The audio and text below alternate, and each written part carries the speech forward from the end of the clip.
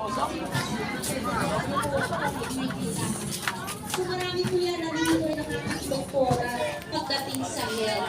So kanina sinabi dito, eto po ay magagamit. Pag nagsasagawa ng mga vaccination, programa, nandito lang po, naglalagay lang ng tent, lalo na pag umuulan, napakahirap. At pag sobrang init, mahirap din. So magagamit na natin ito. Pang misa, pang party, Christmas party, pang meeting, pang bingo.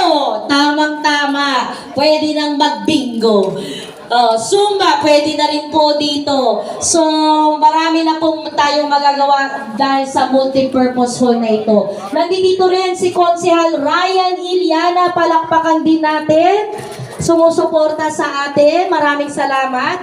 At higit sa lahat, kailangan masigabong palakpakan sa ating mahal na Mayor Eric De Leon Olivares. Dahil kung hindi po dahil kay Mayor Eric din, isa rin po ako sa nangungulit sa kanya.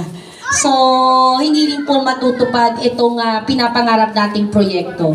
So, bilang inyong chairman ng Committee on Health po, magandang balita namin ni Dr. Wong, naipasa ko na po kasama ang buong konseho, kasama si Konsi Nina, si Konsi Bong, si Konsi Jet, si Konsi Ryan. Naipasa na po natin ang ordinansa ng botika ng Parañaque. Yeah! Na kung saan lahat ng gamot na i-release doon ay libre, walang bayad. Yeah! So, ibig sabihin po,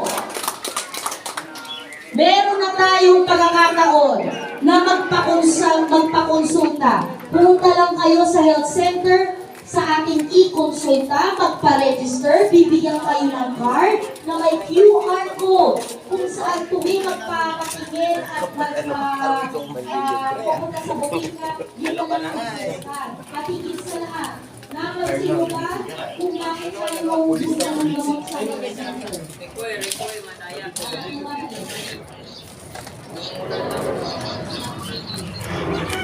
Ito, Noy, pwede ito?